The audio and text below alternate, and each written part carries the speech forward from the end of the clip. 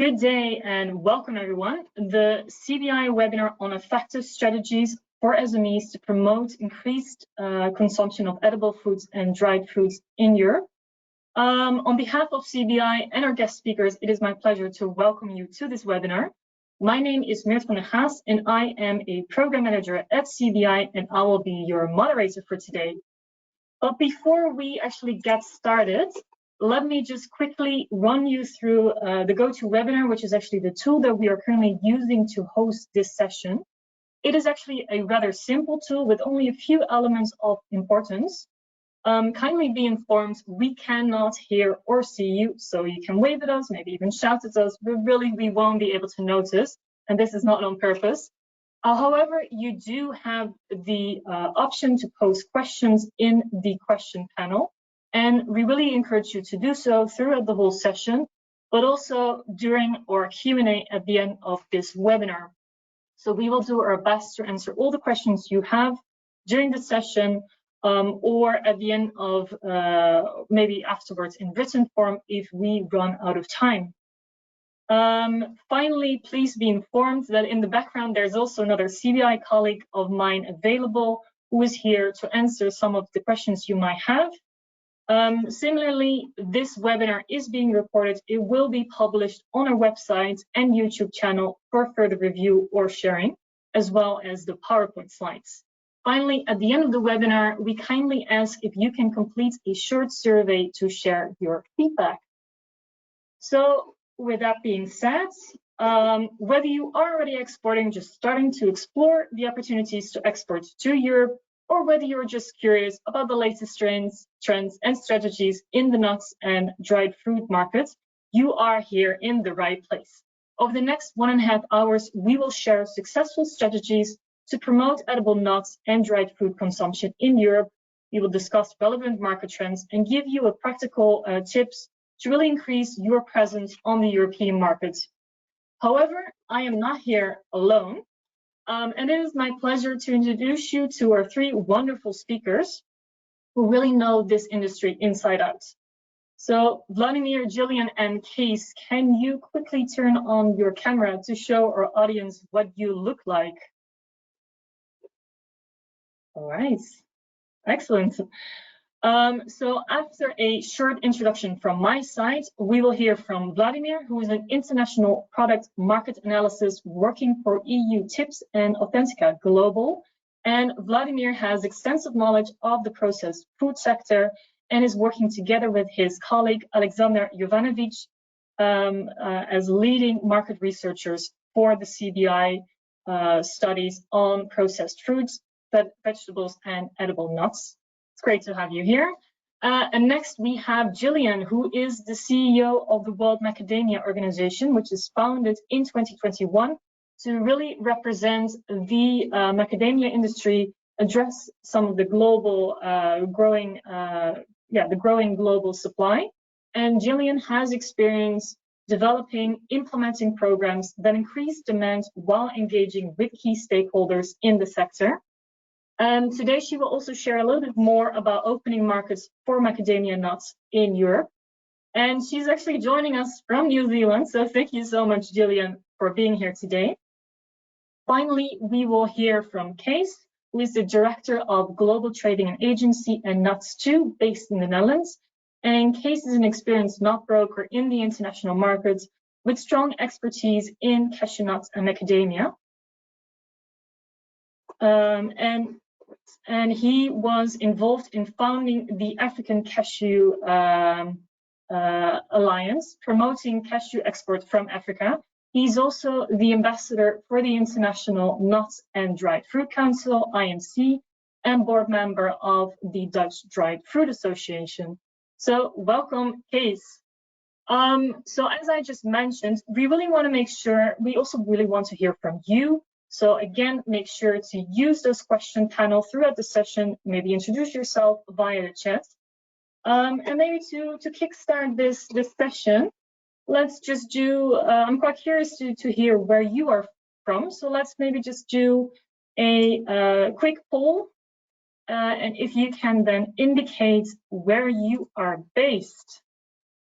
So I think right now you should see a poll. So yes, make sure to fill in whether you are based in Africa, Asia, or Oceania, Europe, maybe even the Americas, or maybe some other place. Quite curious to see. See, we have people filling in, so I'm just giving you a couple more seconds to collect the responses. All right, nice mix. Definitely Asia is actually leading, but no, okay, let's see a bit more. All right. I think most of the people have filled in the poll. All right, so that is very interesting to see that we have really people joining us from different parts of the world. I'm very delighted to see that. But before we go to the guest speakers and really further delve into today's topics, I really want to give you a little bit of a background on CBI by telling you who we are and what we do. So CBI is the Center for Sustainable Trade and Production. We are a Dutch government agency funded by the Ministry of Foreign Affairs. And CBI partners with SMEs and their ecosystem to strengthen their social and environmental sustainability. We connect SMEs in low and middle income countries to the European markets and focus on promoting and creating decent jobs specifically for women and youth and contributing to inclusive and economic growth. So the SMEs are really our starting point, and we offer practical solutions to eliminate bottlenecks experienced in the value chain. And in many cases, this can be, for example, the lack of access to good quality market information. So our approach is twofold. So first of all, we implement projects in our focus countries. Secondly, we provide market information on how to export your products and services to the European markets. CBI is active in 23 countries, mainly in Africa, and our work spans across 14 sectors, predominantly in agriculture, but we also work in a couple of service sectors. So in this slide, you can see really that we work with a very diverse group of local stakeholders, such as sector associations, export promotion agencies, ministries, and so on. And over the years, we have really built a very extensive network of international and local experts that we actively involve in our projects. So, as I just mentioned, CBI implements projects in our focus countries, and we have on average around 40 projects running at any time, which lasts around 4 to 6 years. And over the years, we have worked with over 10,000 SMEs from more than 70 countries and really connecting them with buyers, partners on the European markets. Many of our projects focus on areas such as export marketing, matchmaking, product development, branding, certification, social responsibility, and so on. So on this slide, you can see some of the projects that we are currently implementing in the processed fruit, vegetables, and edible nut sector, which range from Algeria dates to dried fruit in Ghana and Benin, olive oil in Morocco, macadamia nuts in Kenya, and we will also soon start a new / follow-up project on dried fruit in Burkina Faso. For the sake of time, I will now only just delve a little bit deeper into the market intelligence services. So we have over 30 years of experience in developing high quality market reports on the European markets for local SMEs and business support organizations. This includes market studies, market access requirement studies, just how to find buyers, how to go digital, how to go green in terms of social responsibility. And every year we publish over 300 market studies on our website. And please be informed that all these studies are free of charge and can be found on our website, www.cbi.eu. And please make sure to register to our newsletter to really stay up to date of all these latest, studies. So that's it from my side, but let us do just one more quick poll to see what is actually maybe your main role within the value chain. So if you can now in this poll indicate whether you are in farming, maybe you're in processing, maybe you're both, doing trading, exporting, or maybe you have a more supporting role. And I see we have a little bit of everything, but the majority is in a more supporting role. Interesting. All right, I'm just giving a couple more seconds for people to vote, as I see a little bit over the majority of people have voted. I think right now, trading, exporting is leading. And all right, closing the poll. So majority of you are in trading and exporting. So that's very interesting to see.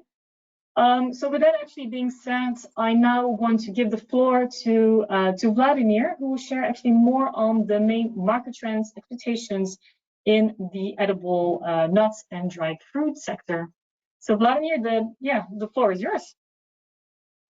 Thank you, Mirtha. I'll indicate when to move to the next slide. I welcome everyone, all the other presenters and all the viewers. My name is Vladimir Pekic. As the introduction said, I work as a market analyst. I'm also I have a couple of decades of experience in business-to-business publications in the processed food sector.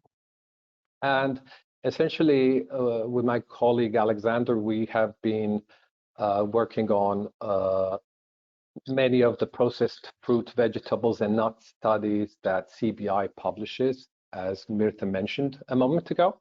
So this presentation will reflect that. Now,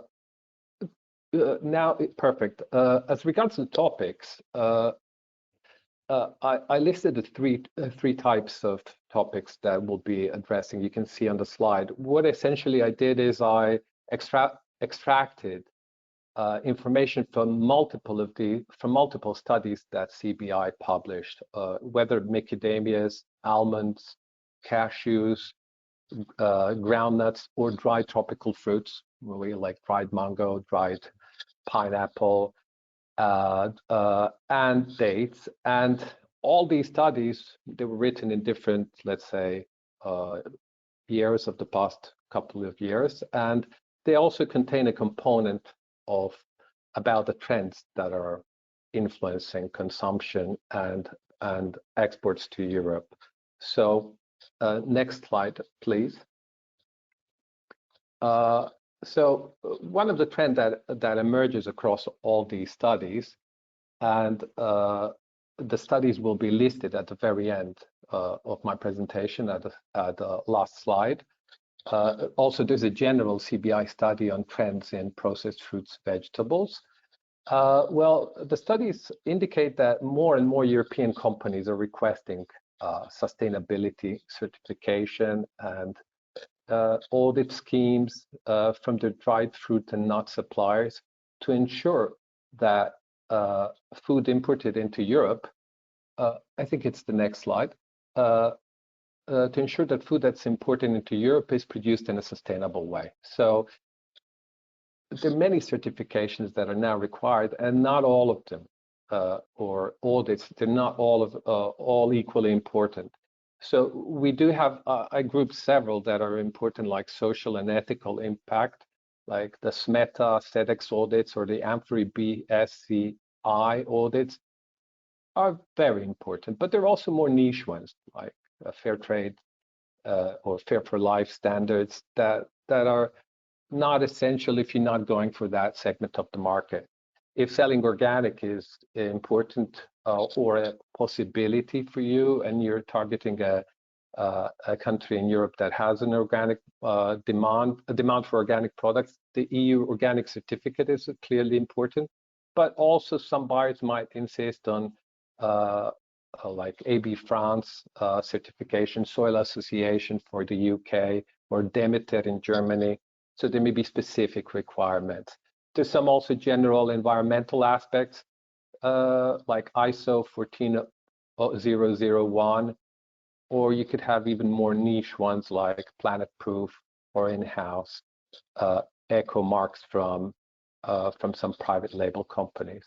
There's also food safety and compliance requests, depending on what you're exactly exporting. If it's, let's say, dried fruit, aflatoxin, and other toxin limits are important. Pesticide, MRLs, minimum residue levels, maximum residue levels are the one of the key requirements.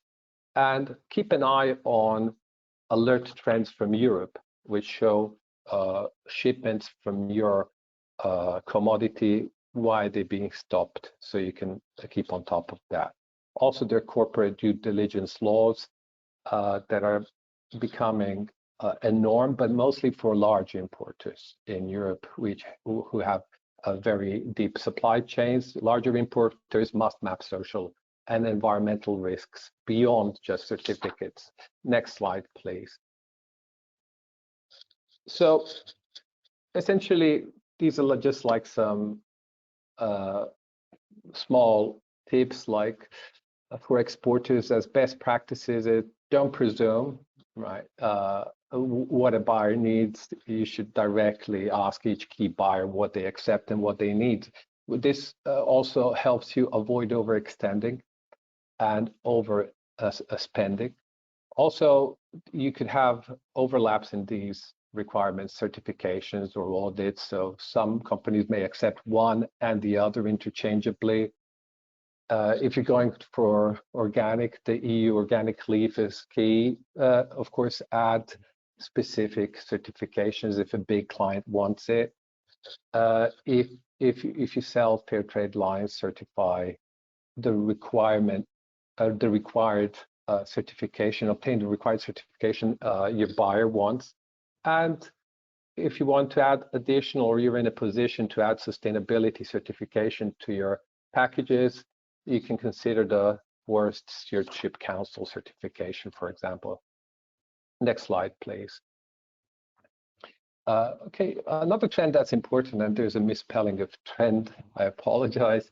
Well, Europe has been experiencing some issues with a slow-growing economy. So after COVID-19, consumers became more cost-conscious, and the war in Ukraine has also poorly influenced the economic growth in Europe. So consumers have changed their habits. They became more cost-conscious. They found new ways to economize.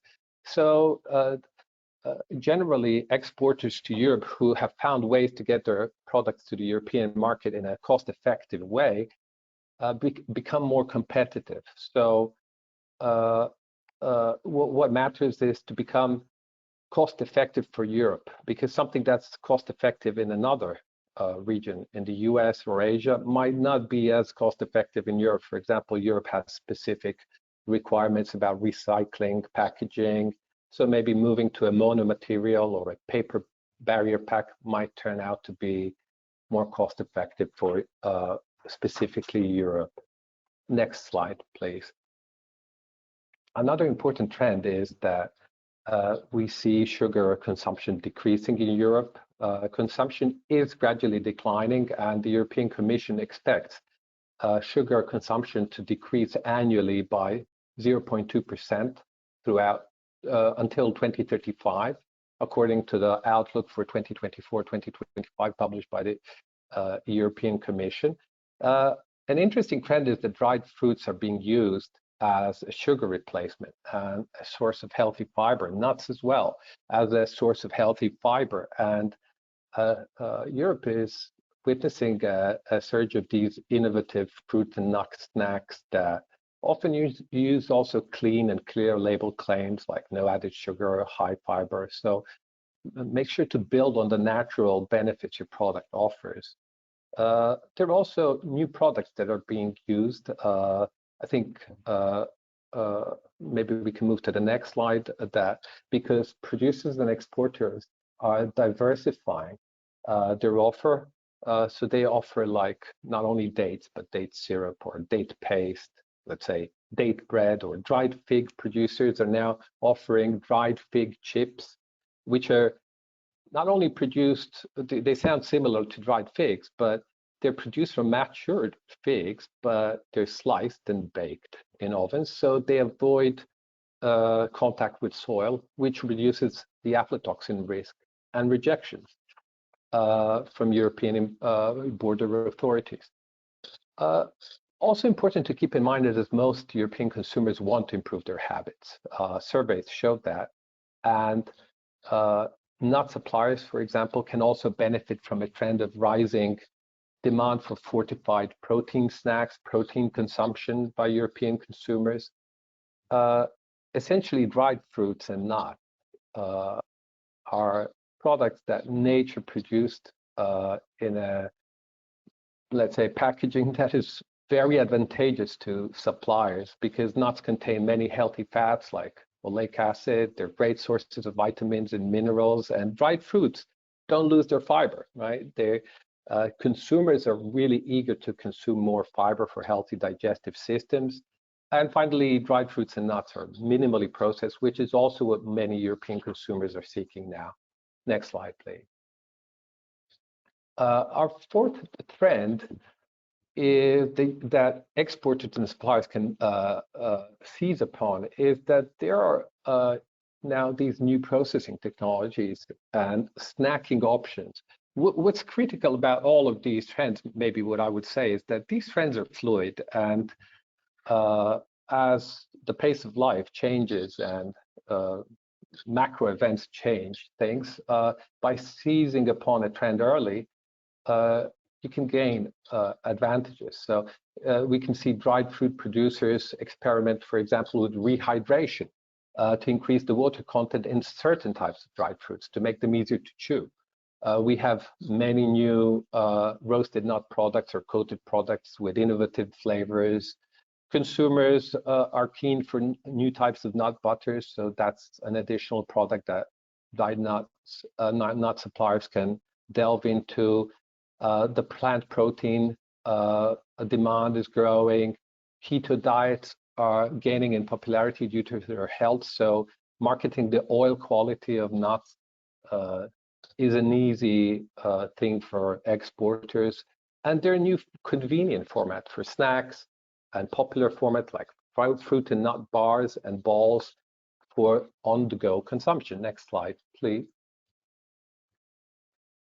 So also, one thing that we should keep in mind is that there isn't a static European consumer. I mean, across Europe, geographically, but also across age groups, and across economic groups, right? We have trends that are shifting.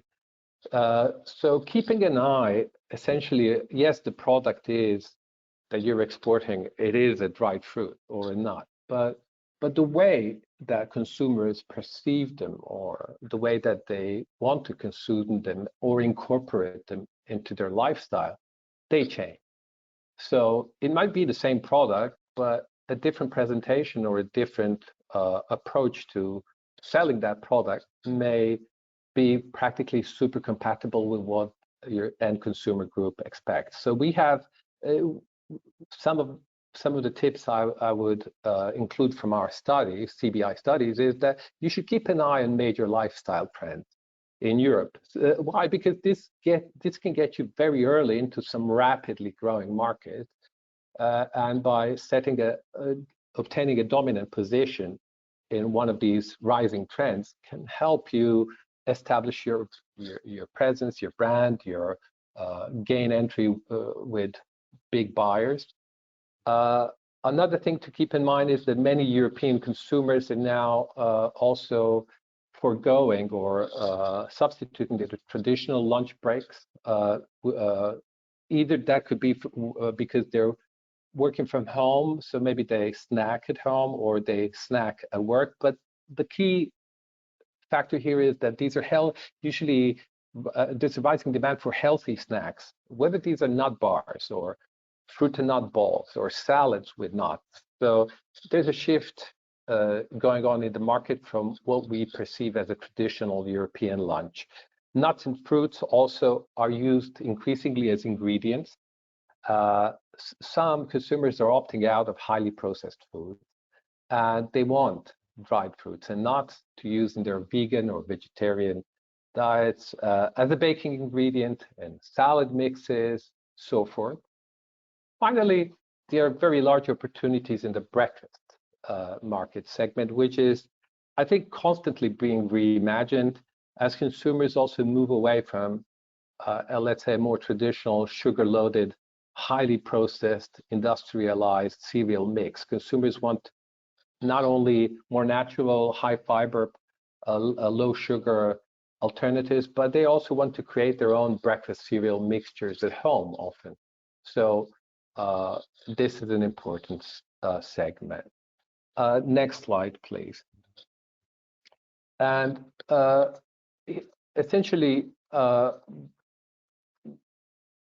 these are excerpts that I presented from a much deeper insight that's available to all readers in these free CBI studies, because CBI has, for the processed fruits and vegetables and nuts market, a general study on major trends that influence this European market. But if you delve into every specific, and I listed them here, CBI study, product study, like on dates, dried grapes, dried mango, dried pineapple, dried tropical fruit, and their almonds, cashews, groundnuts, macadamias, pistachios, you'll see there's in the market potential half of each study, there's an entire segment about trends. So there's a lot of information that's very up to date that can give you a much better insight into what's going on in the European market. Soon, we'll be publishing a dried fig study. Next slide. I thank you all very much for your attention, and I'm handing back over to Mirte. Thank you. All right, thank you so much, Vladimir, for that insightful presentation. Before we turn to Gillian, I want to do just one more final poll to actually get a better understanding of maybe what are some of the biggest challenges that you are facing for those that are already maybe exporting or are about to export. Kindly indicate here what is maybe your biggest challenge. Is it regarding food safety, quality issues, in securing the right certification, pricing, maybe it's more logistics, or finally, with regards to finance and payments. I was just informed that as an attendee, you cannot see the results. So after closing this poll, I will just share the results with you. So right now, majority of you are indicating the biggest challenge is securing certification. Surprisingly, not too many indicating competitive pricing. Right. See, we have almost half of the people voting, so I'm just giving a couple more seconds. I think it's still a bit of a mix.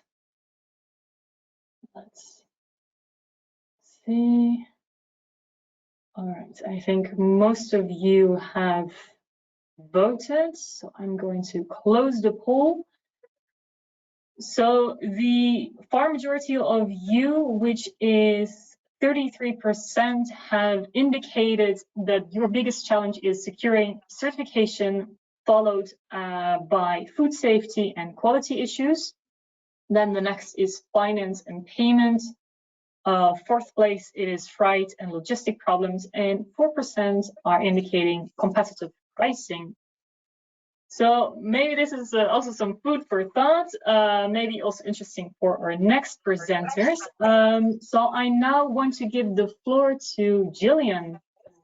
Gillian, yes, the floor is all yours.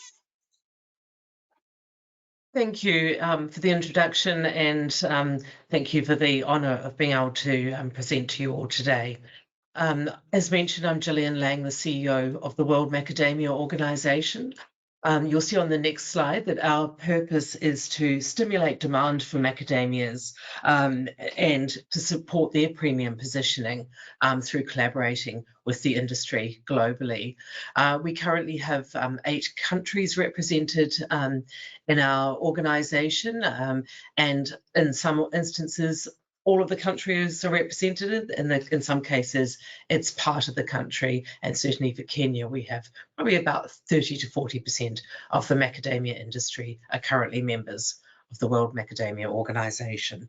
So we don't promote a particular origin and we don't promote a particular brand. We just look at what we can do to raise awareness and nutritional understanding and to prompt purchase. So on the next slide, you'll see the priority markets. We've been in existence for about 4 years now. At the moment, we have been investing in America, in particular with a focus on California and the West Coast, and also in India, which is a significant nut market, but a very small macadamia, tiny macadamia market. So we've been looking at what we can do to increase awareness and encourage trial there. China is a very big macadamia market, a lot of consumption, and the consumption in China has changed a lot in the last 4 years since we started. Initially a big focus on nut and shell, and now they're doing a lot of snacking. And we've narrowed our focus in China just to look at nutrition, because generally Chinese consumers have a very good understanding of the nutrition of food, but when it comes to macadamias, they don't. They think they're calorific and fat and fattening. So we're looking at doing some very specific work there. We are considering Europe being part of our strategy for 2026, and we're looking for partners in this activity, and this is part of the reason that we're in discussions with CBI. On the next slide, so World Macadamia Organization is all quite internally focused, but our consumer-facing platform is Love Macadamia, and our social handle is @LoveOfMacadamia. So if you're on Instagram or Facebook or Pinterest even, please follow us, and I think you'll get a lot of inspiring content around macadamias. I will share websites and things with you at the end of our presentation. So this is our activities. I think we've started from 0. We're up to, I think, about 26,000 followers in the US, which people have tried to grow Instagram followings in anywhere in the world, really. We'll appreciate that there's a lot of work that goes into that.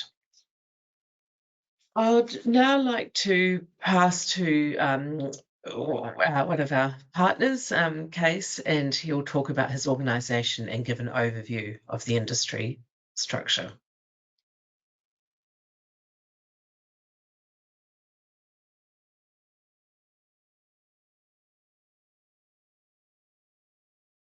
Kees, I think you are currently muted. If you can turn on your audio. I did. Sorry, I apologize. Yes. Okay. So, you can start. Sorry, everybody. From the beginning. Very good. Thank you. Sorry for not keeping on unmuted, but hopefully everybody can hear me now. I was thanking everybody for this opportunity, telling you a little bit about the macadamia industry. I'm working for Global Trading. Global Trading was a company founded in 1993.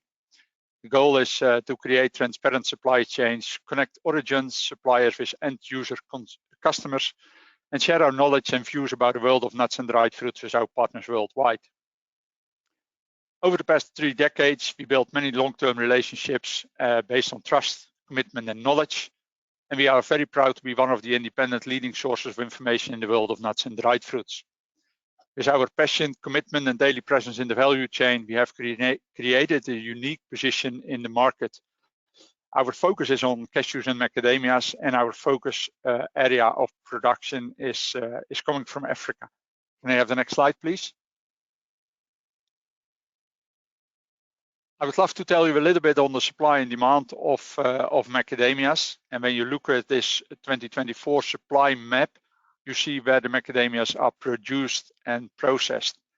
Here you see that South Africa has taken over the position of Australia, with South Africa being the biggest producer of macadamias now, followed by China, Australia, Kenya, and then we have some others around the world which are growing macadamias for quite a while already. Can you have the next slide, please? Just on the supply side, as said, Africa is the biggest producer of macadamias, with South Africa being the biggest supplier. In South Africa, most farms are commercial with big plantation. Crop growth in the coming decade to be around 10 to 15% annually, and that's based on trees already in the ground, as well as plant additional orchards, and that has to do with the good prices we have seen on average over the past 5 to 10 years, while the past 2 years has been a little bit more challenging. Kenya is producing a significant crop. With the difference between Kenya and South Africa is that Kenya is predominantly smallholder farmers. There are a couple of commercial farms, but that's very limited. The traders became processors, and the processing capacity in Kenya is bigger than the total crop is at the moment. And a challenge for the Kenyan market, for the Kenyan producers and the Kenyan processors, is that the Chinese are entering the Kenyan market and buying the nuts and shell. So that means that the remaining for the processing industry in Kenya is limited. Malawi, mainly commercial farms, with most of the farms having their own processing units. And then we have Zimbabwe and Mozambique, the smaller producing countries, which are mainly exporting the nuts and shell, either to the neighboring processing countries or to China. China is producing a good crop, being the second biggest world producer. The note to make there is that 70 to 80% of the crop is coming from steep hills, and therefore questionable qualities. As at those steep hills, farmers cannot treat the trees to get very good quality nuts from the trees. The remaining 20-30% coming from commercial farms, and all crop is used domestically. Australia, after South Africa, the main source of supply of kernels. Commercial farmers are crop growing slowly, although not as quickly as in South Africa. And then we have in Southern America, we have Guatemala and Brazil, who are producing a nice quantity, which mainly is exporting into the US market, especially now with the current import tariffs we are facing. And you have the next slide. In the next slide, we will see the expected growth from between 2025 up to 2030. We have to admit that the numbers of 2025, so that means for South Africa, 95,000 tons, for Australia, 55,000 tons, and Kenya, 47,000 tons, that those numbers are numbers of a couple of months ago. Because of the weather issues they have had, the South African crop today is expected to be around 85,000 tons, and the Australian crop somewhere between 42.5 to 45,000 tons. So that's significantly down from the numbers we see here. But it is still expected that the numbers which are shown as forecasted for 2030 are realistic figures, because as I mentioned before, trees are in the grounds, improving varieties yield-wise. So that should give a big potential for future for crop growth worldwide. Can you have the next slide, please? Talking a little bit about the markets, which are the main markets. It's the US, it's the EU, and it's the East, the Middle East, and the Far East. And there, China is the biggest one, who was taking quite a bit of nuts and shell, and the nuts there are sold as nuts and shell as well. In the US, the market is sluggish to contract due to the tariff uncertainty. The current tariff of 10% starting the 1st of August, or the current tariff is 10%, but from the 1st of August, it might be that South African product will be tariffed at 10%. So that would be really very difficult, because then the product is coming $3 to $4 per kilo more expensive. The biggest impact is on the ingredient styles, because the American market is taking a lot of the ingredient styles which are used in bakery and ice cream industry. And we have seen a significant growth over the past decade, but that is now hit in a very quick way. The belief is that the contracts will continue once the tariffs have been finalized, but what the quantities will be, we don't know. And as I read in the newspaper this morning as well, it can change overnight again, that it can be 30 back to 10 again, or even to another number. So that's the US for macadamias is a challenging market, although not for the other African countries or for Australia, which are at lower tariffs than South Africa is. When we look at the EU, we see that kernel prices remain firm in the EU market, especially on snacking styles. Demand has been very good. And as mentioned by Vladimir as well, the health claims are having a positive impact on consumer demand. Today, also the exchange rate is helping. So that is a good thing to mention. And the expectation is that the EU market will remain healthy and grow. When we talk about the East, the Middle East and the Far East, still good demand for nuts and shell in the Eastern markets with current and new customers. And this is across all sizes and sound kernel SKR specifications. Due to the above, the NIS prices are slowly firming in the market, but that also has to do with the lower than earlier mentioned crop forecast. So we are lacking quite some crop coming in. The kernel demand is growing in China and can assist to absorb kernel volume, while the US at the moment it's very uncertain. Can you have the next slide? Here we see an overview of the macadamia imports into Europe over the past 5 years, from 2020 until 2024. The red color is coming from Australia, so those are the imports coming from Australia. The black one, the biggest one, is South Africa. The orange is Kenya, the gray is Malawi, and the other ones are coming from Guatemala, America, and China. So the WMO, just to give it back to Gillian again, but the WMO is an important organization to promote the demand for macadamias worldwide. We are involved in the WMO for a number of years now, and I think it's needed to create awareness with consumers, with buyers, about the health claims which we have on macadamia as well. When we look at fibers, vitamins, proteins, as mentioned by Vladimir as well. If we compare it, for example, with the almond board in California, the walnut board in California, and the promotions they do for pistachios, we see that it's necessary to do that for the macadamias as well, and the WMO is doing a great job in that. Thank you very much, and over to you, Gillian, and you will see me a little later. Thank you, Kees. Great. So I was asked to share some tips and tricks or some ways that I would approach the Europe market if I was looking to sell products there. And this might sound like it. So I've got 12 points, actually, 11 that I'll share and one that Kees will share.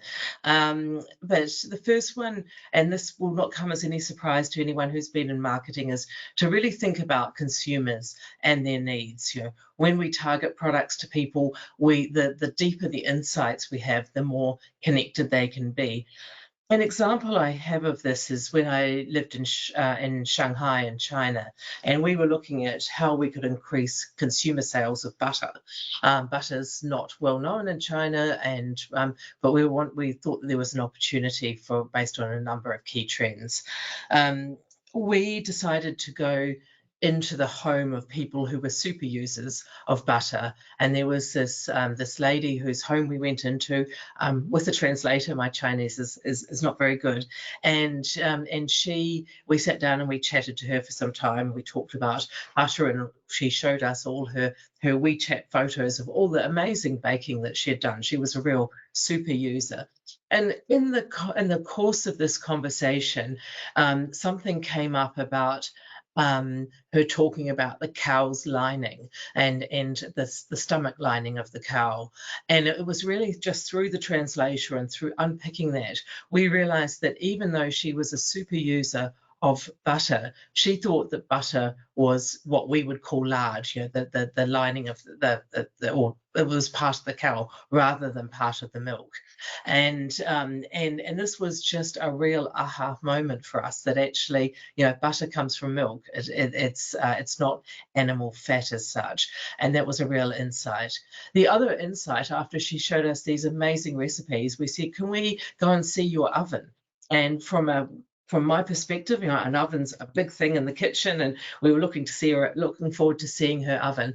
And she ended up pointing over to a sort of a corner just outside the kitchen, actually. And there was something almost the size of a microwave sitting on the floor, and that was where she'd done all this phenomenal baking. So I think it's my lessons there. I love talking to consumers in supermarkets, going into their homes, or whatever's most relevant. And I think the closer you can get to your consumers, the easier it is to market.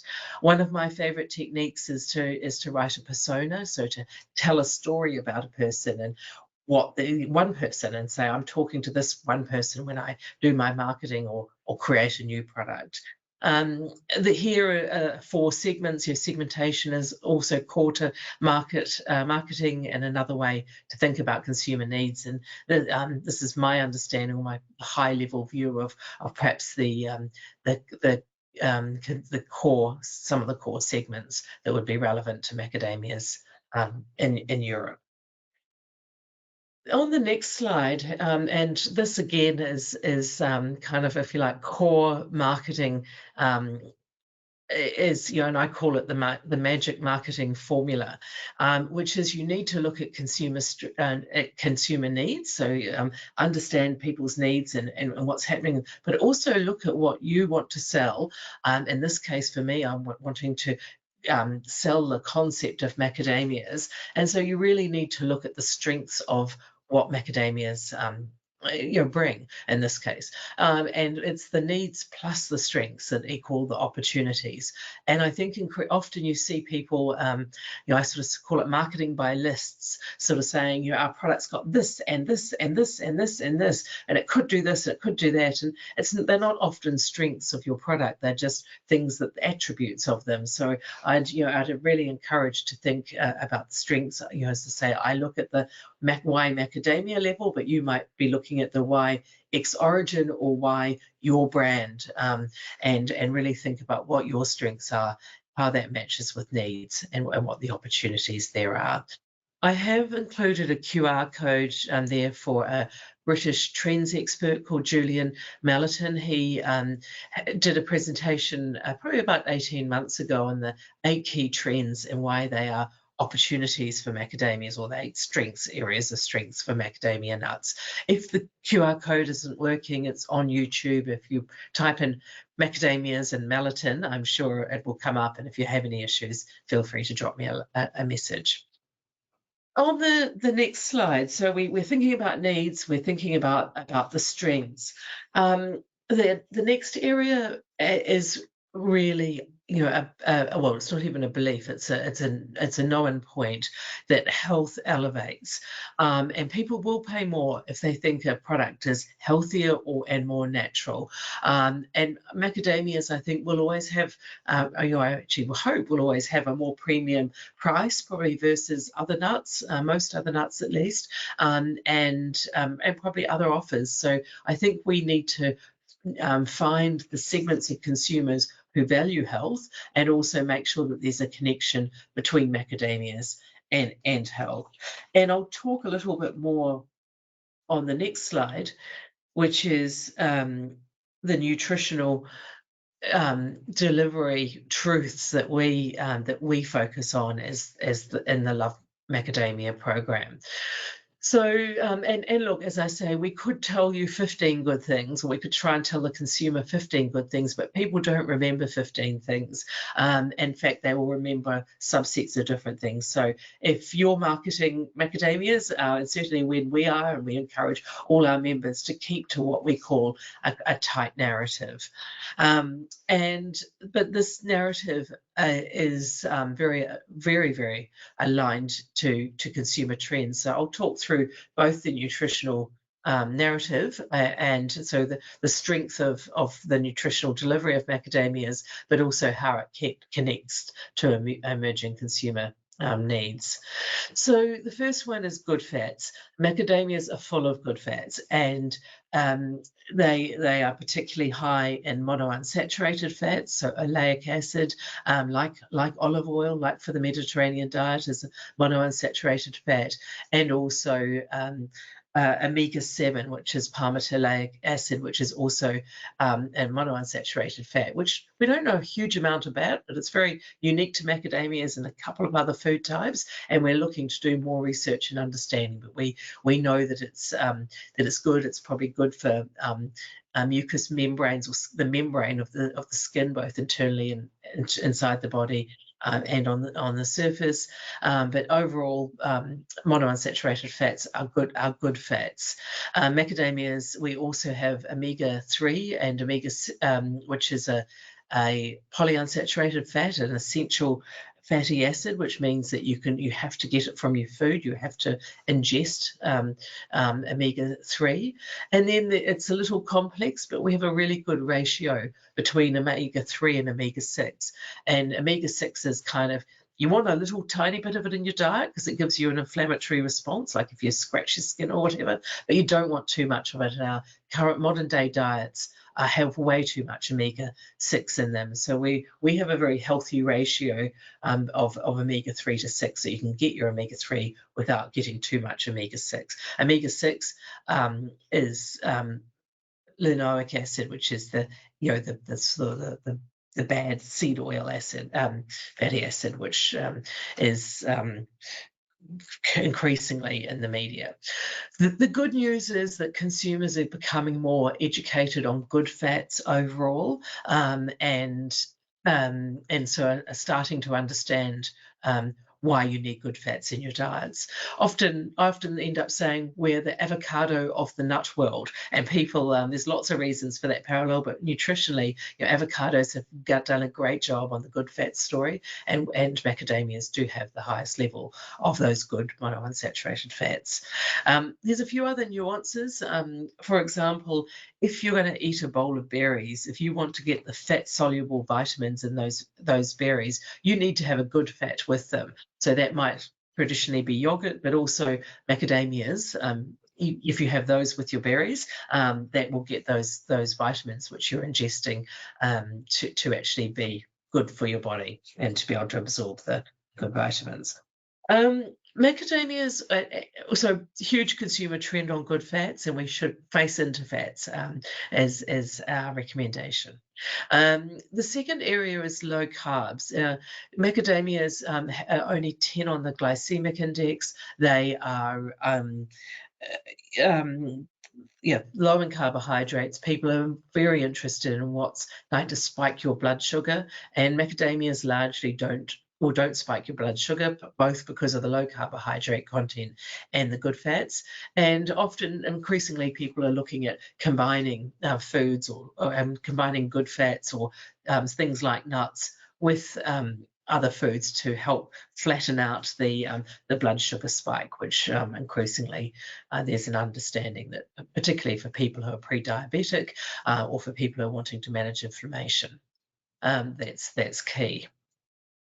The third area is around real food from nature, not ultra processed, and this is a really converging area. There's people are looking for ultra processed foods are sort of the big evil, particularly in big commentary in the US. The other trend, which is being led from the US as well, is the introduction of GLP-1 replacements, which is like Ozempic and diet drugs which trigger a feeling of you feeling full. You can do that naturally through your food. You don't need to take a drug to trigger that your GLP-1 hormones. But in the US, things like salty and sweet snacks are in decline because people who are taking these drugs don't want to eat. They've lost a lot of the appetite, and that's gone down. But in the consumption of food when you're on these drugs, you need to have nutrient dense food, and macadamias, often people are seeking out protein, that they're also seeking out good foods, good fats, and knowing that the nutrient density of their food is something very important. And in the US regulations, and we haven't done the work in the EU yet, or in the US, we talk about managing inflammation in your body over time. So all of these things lead to managing inflammation. They also lead to satiety, that feeling of fullness. And I was speaking to a number of dietitians in the US recently, and it's like, how many people are concerned about inflammation? And 2 or 3 of them were there, and they were saying every person who works into our clinic has self-diagnosed themselves with inflammation. So there's a lot of consumer information coming from social media influencers and the like, and people are kind of going, I've got inflammation and I need to make dietary choices and other changes in my lifestyle to address that.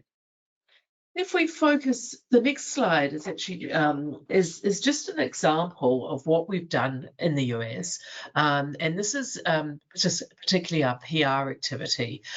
So you'll see here, and this is just in the last couple of months, all of the articles that we've had out for relating to macadamias, and you'll see that a lot of the headings: anti-inflammatory foods that are in my shopping cart, the benefits of macadamia nuts, health benefit, what happens in your body, really focused on health, focused on how do you incorporate them. And we're really thrilled that for the amount of investment that we have, which is we're on reasonably or quite limited funds for this type of activity, that we've had some really significant pickup with some really credible publications, and this is the type of activity we would be looking to replicate in Europe if we get the ability to the right people to partner with for this.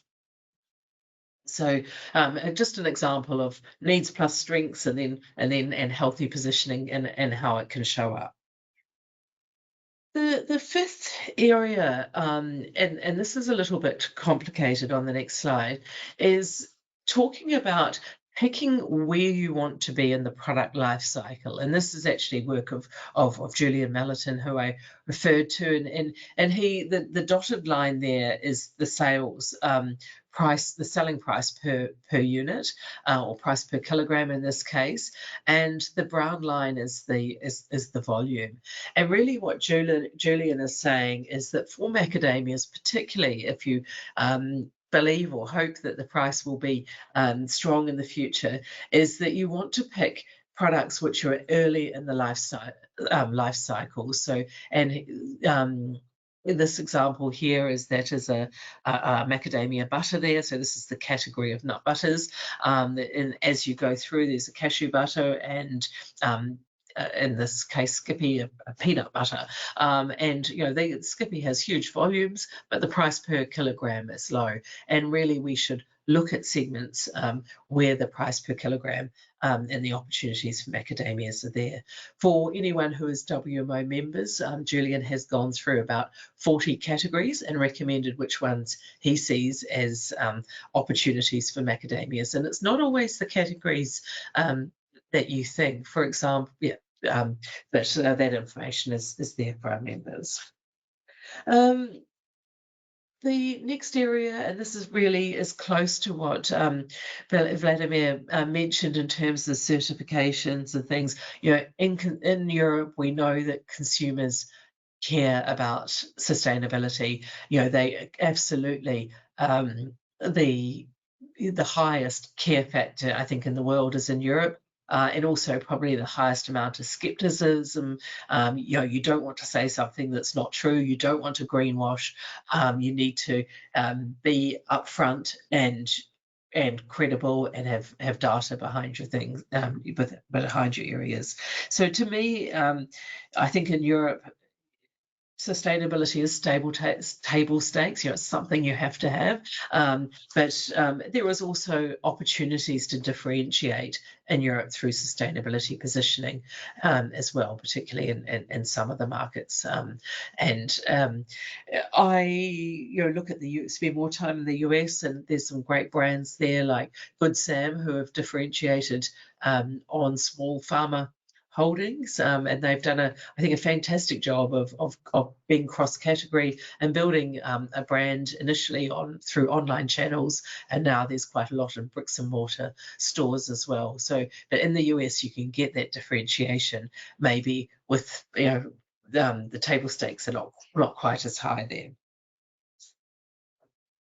The seventh area is considering your channel. And look, again, it's there's so many channels that you can go down. And I was just recently in the Netherlands, and the thing that really stood out to me was, particularly in the supermarkets, and particularly supermarkets more than hypermarkets, was just the number of categories where nuts were found. Now, there weren't macadamias in all of these categories, sections of the supermarket, but you could absolutely pick one or two of these or a few more and go, what would it take to have a macadamia SKU or a macadamia inspired product in that category?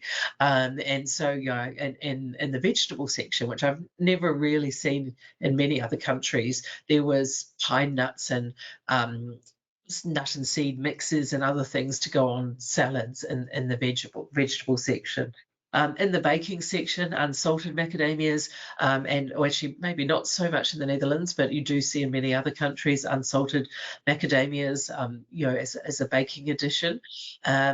The breakfast aisle, this is something I haven't seen a huge amount of, but through Europe there was breakfast bays that might have had chia seeds and perhaps some grains and spelt and things like that, and then also sections of sometimes mixed nuts on their own, seeds as well, and no macadamias there, but a little bit like what Vladimir said, I think that breakfast is changing so quickly, and I think it's a really, really well-aligned category for macadamias. And I also think it's useful to think of breakfast as either what we traditionally know of as breakfast or breaking fast, as people often are having a extended fasting period. What is the first meal they have? And you sort of read some of the insights or talk to people, and they're kind of going, I want something a bit more substantial perhaps than what I would necessarily have. I want it to be really healthy, and I want to balance the macros in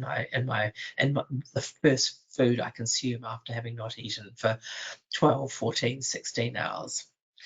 The delicatessen, the deli area often has macadamias not in bags but in tubs, and obviously there's a different supply chain and a shorter lead times in that area.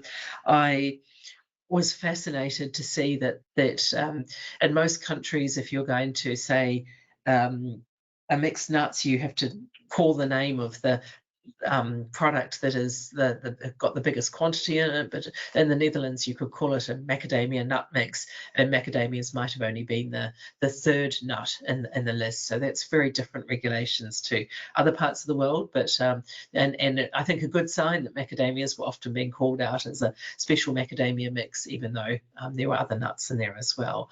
And then in the more traditional snacking organic section, of course, and particularly huge in Germany. The snacking section, the more traditional place that you'd find nuts for snacking, and then also nuts in the alcohol section or the snacking section adjacent to alcohol, often more heavily flavoured, more brightly coloured, and with more stronger snacking cues. And then there's, of course, a whole lot of ranges of other categories that you'd find macadamias in: milks, pastes and nut spreads, bars, chocolates, cereals, ice cream, bakery, and macadamia oil. We're seeing a lot of increased demand for macadamia oil in a number of countries, partly driven by the higher oil prices for olive oil and avocado oil, which are known for their good fat profiles, but have often become very, very prohibitively expensive. So macadamia oil is in many cases filling that gap.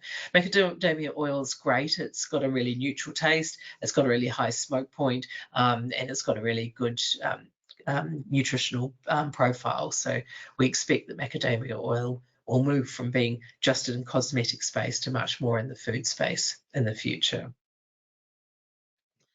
The next area, and I have touched on bits of this already, is to consider your day parts. And in my work, actually working in the snack food segment in Europe, or quite a few decades ago now, actually, we used to look at each day part and sort of say, what else are people having at this time? Because your competition isn't necessarily other nuts. It might be other things that people are consuming with them. So how do you make them better partners, or how do you make them differentiate? So if mid-morning is yogurt or biscuits, what can you do to take cues from yogurt or cues from biscuits or cues from fruit?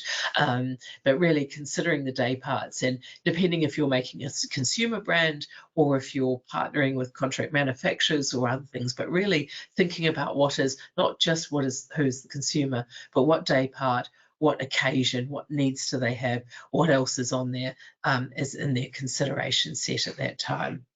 And then maybe day parts I haven't even put up there. On the next slide, inspiration from others. There are many brands doing great things with macadamias around the world. We have a program in the US called the Brands We Love, and we have about 30 brands in the Brands We Love program. This is just their lead SKU, and this is just a few of them. But if you want to have a quick look for inspiration on macadamia brands, I think we probably are capturing a lot of the lead ones there. That one at the top left is Good Sam that I mentioned. Romeo is a coated macadamia, chocolate coated. Aloha is a bar with particularly Hawaiian cues. There's some interesting pastes in different or nut butters in different areas. So feel free to have a look through there. And if any of you are selling products that are available in the US, contact us, and we if you meet a few criteria, you'll be able to be part of the Brands We Love program. Again, something we may choose to replicate in Europe, depending on our strategy and partnerships. So the email there, the website there, lovemacadamia.org, is our core website for the Love Macadamia consumer-facing activity. The next one is a tricky one, which is don't sell bad product. It's a bad macadamia eating experience is awful, particularly if the product is oxidized, and some of the immature or other things. We know science tells us that a good eating experience is going to result in repurchase. We have a style guide there. We have which is available on our website. We have a product standard. And we just ask if people sell outside of the standard that they talk about, where identify to customers where the differences are. But at the moment, we are starting a piece of work focused on the US, where we are going to work out where consumers can detect rancidity and in their macadamia eating experience. And we'll do this both in the US and also in China. So we'll start having some facts around at what time does the poor eating experience result in lack of repurchase. But look, selling product that you think might be near the end of its life, not educating the rest of the supply chain on what's happening. Sometimes shipping not in reefers, it's all adding risk to the macadamia eating experience. And we do know that not every eating experience is a good one. So we'd encourage you to do everything, both for the sake of your own products and partners and reputations, but also for the reputation of the category. And then the last one, a little plug, we would, number 11 for me is that, we really encourage everyone to support industry organisations and category marketing. macadamias, macadamias are about 1.4% of tree nuts, and they're the most geographically dispersed nuts. So we don't have a large Californian almond board or California walnut board or American pecan a movement where there are marketing orders requiring processors and growers to hand over a fee. So we try and self-organize the industry and encourage everyone. There's different rates for different people, but largely it's $38 a metric ton of kernel, which is not that much when you think about what collectively all of our funds can do for the types of activities we've spoken about. So and there is a $5,000 minimum.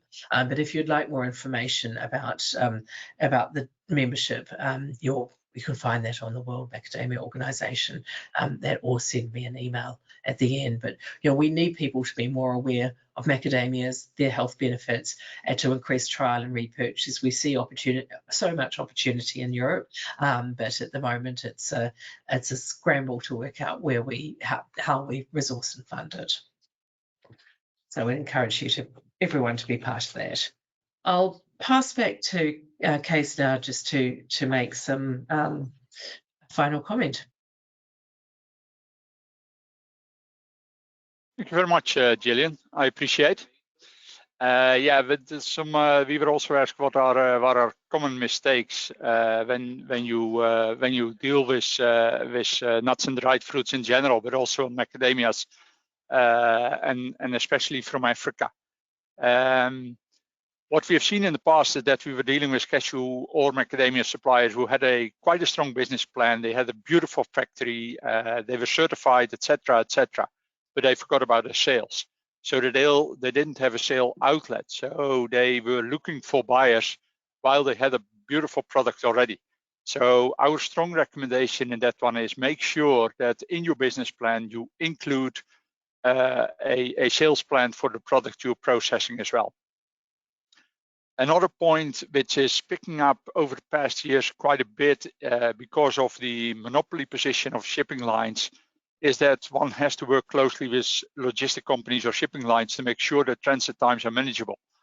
I mean, what we are seeing is that containers are shipped from Africa or other parts of the world going into a transit port before it will be shipped, and it can be left at the transit port for a couple of weeks. I mean, we even had containers coming from Africa which were taking 3 months to arrive into Europe.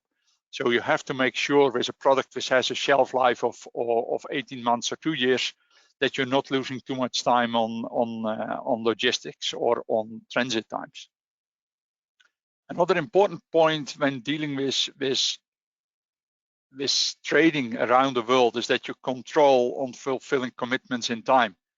This is not easy, especially when you take the challenging African infrastructure every now and then. So make sure that you commit, that what you commit, you can do. Guarantee product to be according product specification. Macadamias are sensitive on microbes due to their high oil content. So be careful what you are delivering. And as Gillian just said, I mean, when people are having a bad taste, they will probably not repurchase or will wait to repurchase. So that's a critical one as well. And avoid defaulting on or renegotiating of contract due to higher in-shell prices, especially in Kenya with smallholder farmers and interesting government rules. For example, the export ban of nuts and shell. Still a lot of ASEAN exported via neighboring countries. You see the difficulties can occur. That people are selling kernels already while they didn't buy the nuts and shell yet, and then find out that the nuts and shell are more expensive, that the quality is less, and that therefore processing costs are higher, and that they cannot fulfill the contracts or have to renegotiate the price, and that's also killing the industry. So those are a couple of remarks which I could make on trading, processing, importing products from Africa, but it's a challenge for everybody who's processing product, especially agricultural products, because we're also depending on Mother Nature. Then the last slide, which I could do as well, is that, I mean, when you have more, when you want to have more information, as Gillian mentioned before already, contact Gillian at the worldmacadamia.com website or send her a personal email. Follow the WMO via the Macadamia website or Instagram, Facebook, And when you have more business-related questions or on the presentation I've done, my contact details are on the slides as well. Thank you very much.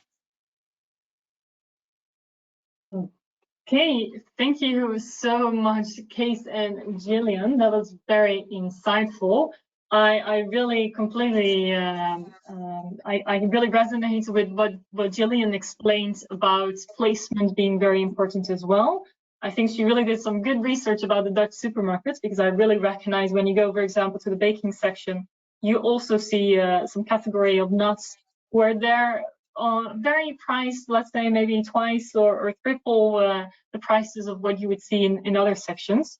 So that is very key, and I guess consumers are also very eager for convenience.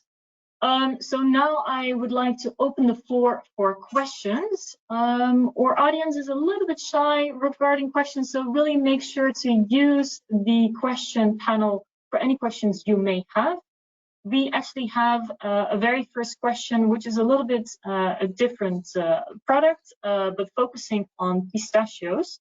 And maybe, Kees, can you maybe share, because the question is regarding the pistachio market in Europe. Can you explain a little bit more regarding what are some of the trends or maybe the demands?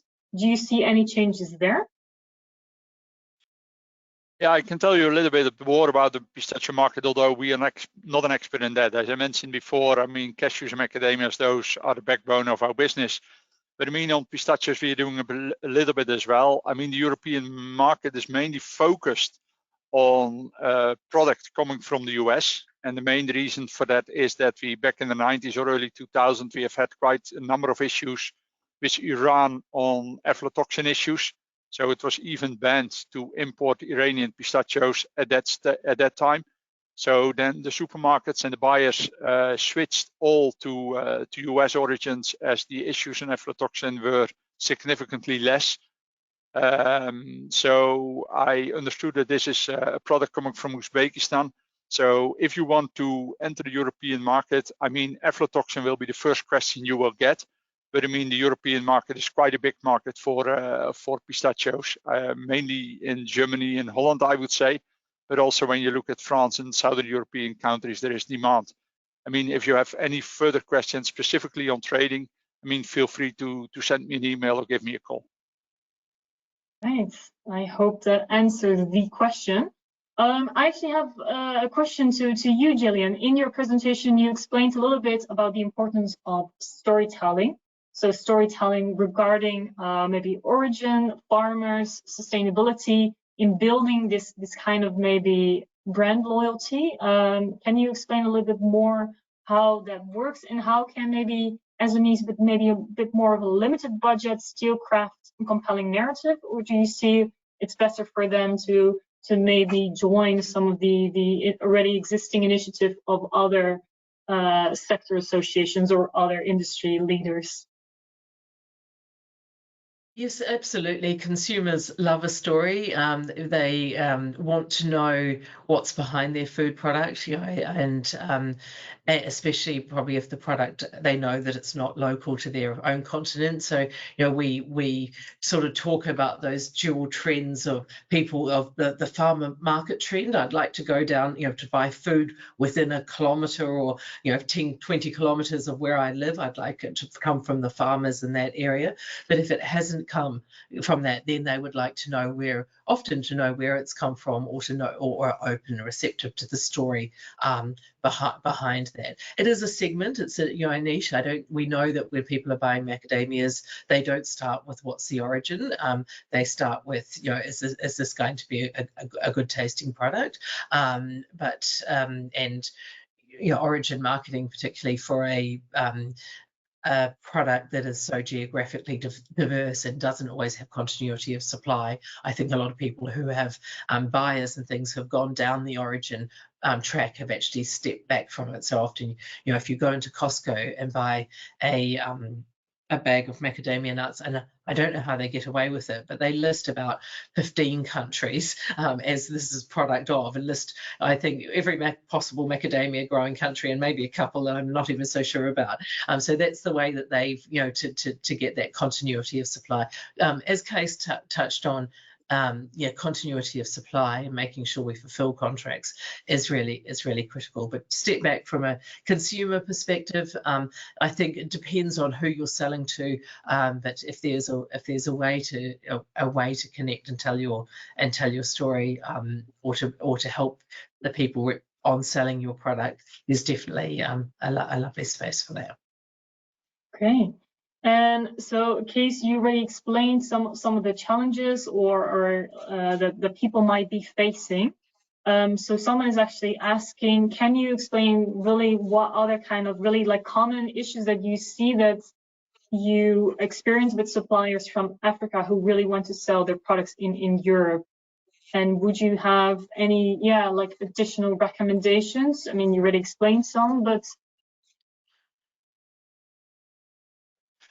yeah, that's a little difficult, Mitte, because the points which I mentioned in my presentation, those are the points which we have to look at. And I mean, beside that, there are, I think this covers the points I can mention. So there are not any others I can just think of than general points, but those are for every trade you do. Right. So maybe we talked a lot about aspects such as transparency. What do you say, Gillian, are some of the biggest misconceptions that maybe European consumers have about maybe macadamias, and how can they, for example, be addressed through education and marketing? Look, we haven't done a full strategy on Europe yet. As I say, we're contemplating doing that for 2026. But having just spent a little bit of time in market, I think that there's availability is one issue. That highly available in the Netherlands, quite available in Germany, in my experience, mixed availability, and where I was in Spain. So I think that that if you're going to which retail outlets are they going to be there? I think absolutely an understanding around what is the new. I think people, as I said, are seeking out good fats. When they think of good fats, do they think of macadamias? I'm not sure, and I think that there's an absolute opportunity to that. And the other issue, I imagine, is just they're not on the radar. And we had a question about pistachios.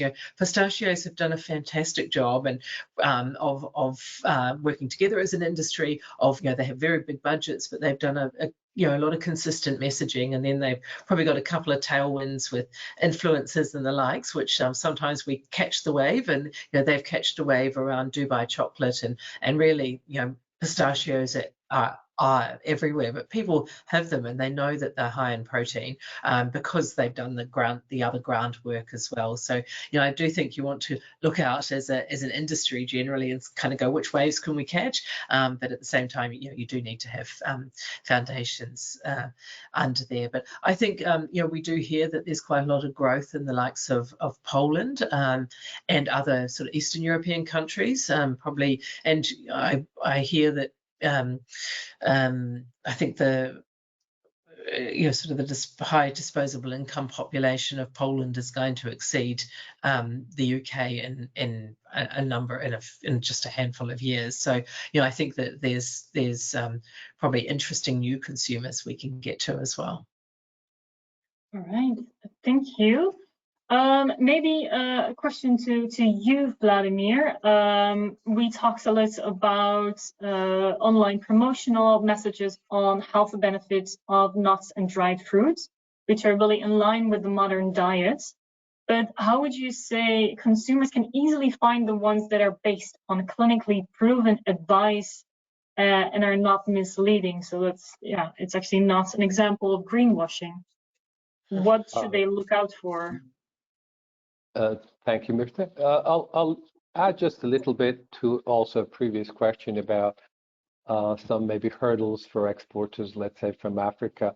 I would also point out that to add to that, that sometimes exporters obtain the right certificate, let's say for aflatoxin, that they're compliant, but they should also keep in mind that certificates are part of the process. Many products are retested when they arrive in the European Union or Europe. So the border rejections are really a risk. This could mean a return of the shipment or a destruction of the shipment in extreme cases. So I would advise them to keep an eye on the European Rapid Alert System for food and feed, which gives them, on a product level, a very good insight about what is Europe concerned about relating to that product specifically. So certifications are important, but making sure that the certifications are reflective of the product quality is important. As regards the nutritional claims, I think it's, as we all know, we're bombarded with information, and it's difficult to sift through sources. That's why, in this case, Gillian is present here as a representative of the WMO, World Macadamia Organizations. These organizations that are representative of the industry, whether national, continental, or especially global, I think are usually one of the best, if not the best source of relevant information that is scientifically based, because they are careful to sift through research that is significant, reflective of what their product is, and they make sure that this information is grounded on real, measurable, authentic sources. So I think that's a good go-to as a first step for everyone, instead of relying on just random social media. Sorry, Fatima, if I can just build on that. We have this booklet, which is a 33-page booklet where we've reviewed 120 studies that relate to macadamias, or more generally, so it's called Macadamia Nutrition and Health Research Analysis. So a whole lot of information there. At the moment, we've only done this to US regulations.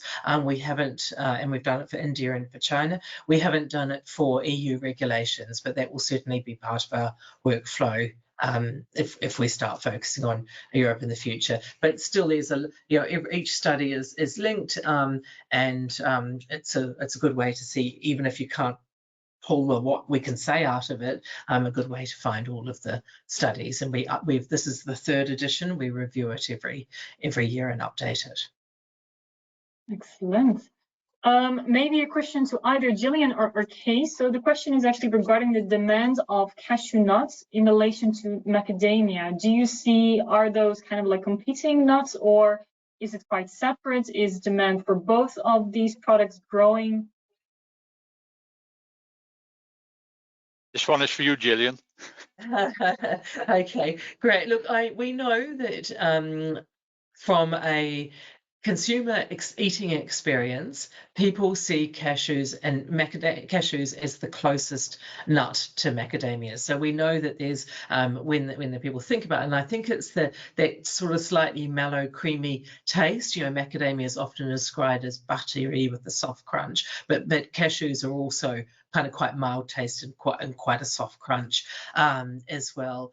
In terms of growth in Europe, I'm not across that data, but they have quite a different nutritional profile, macadamias versus cashews. So I think that probably if you're looking at the health forward consumers, macadamias are probably building a better reputation with health forward consumers, and we do have a comparison in this particular document that I've referred to, and also on our website actually, of all of the nuts and how they compare nutritionally.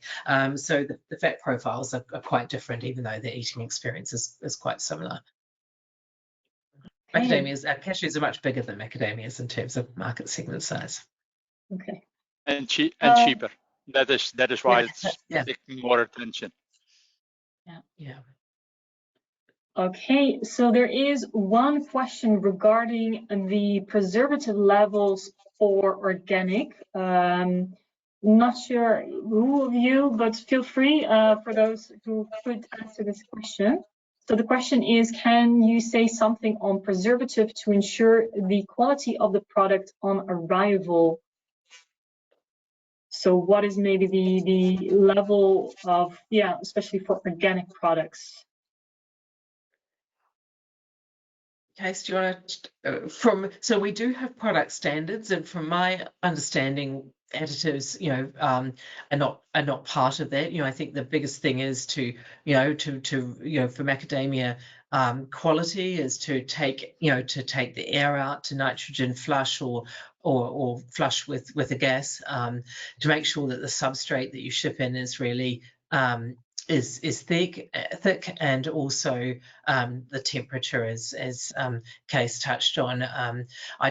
I'm not sure. I'm not aware of any additives, and certainly it's not in our product standards that there's additives for organic. I think the thing about that, and this is what we're doing in the rancidity work, is we're wanting to get a benchmark where we can then educate all the way through the value chain, because at the end of the day, you might ship a beautiful product, but if someone puts it in a clear plastic kind of bottle or something, and it's got no particular barriers, it's in a warm place, it gets sunshine, the nuts are going to go more rancid more quickly, even if they were okay going in. So I think we do need to educate through the supply chain, because a fresh macadamia doesn't have to be just young. It can be fresh because it's been well stored and well cared for, and well packaged.